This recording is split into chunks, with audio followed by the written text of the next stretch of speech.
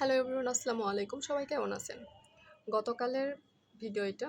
গতকাল আমি বান্দির বাসা থেকে টিবাদ গেছিলাম। দেখেন টিবাদে এত লোকজন যে পা ফেলার মতো জায়গা ছিল না, যে একটু বসবো এইরকম কোনো জায়গা ছিল না। এত লোকজন, লোকে লোকারণ্য। তো আমি অনেক কষ্ট করে একটা জায়গা পাইছিলাম। এখানে থেকে হচ্ছে যে একটু ভিডিও করলাম, একটু ভিউ নিলাম পদ্মা নদীর। তারপরে দেখতে পাবেন এই পাশে এখানে একটা কি বলবো এটাকে, চিলের মতো দেখতে কিছুটা একটা পাখি উঠতেছে, যদিও বা এটা বাস্তব না, কাগজে। এই যে গাছের এখান থেকে মনে হয় টাঙ্গাই দিছে। অনেকক্ষণ বসেছিলাম টিবাদে, থেকে সন্ধ্যার ভিউ নিচ্ছিলাম।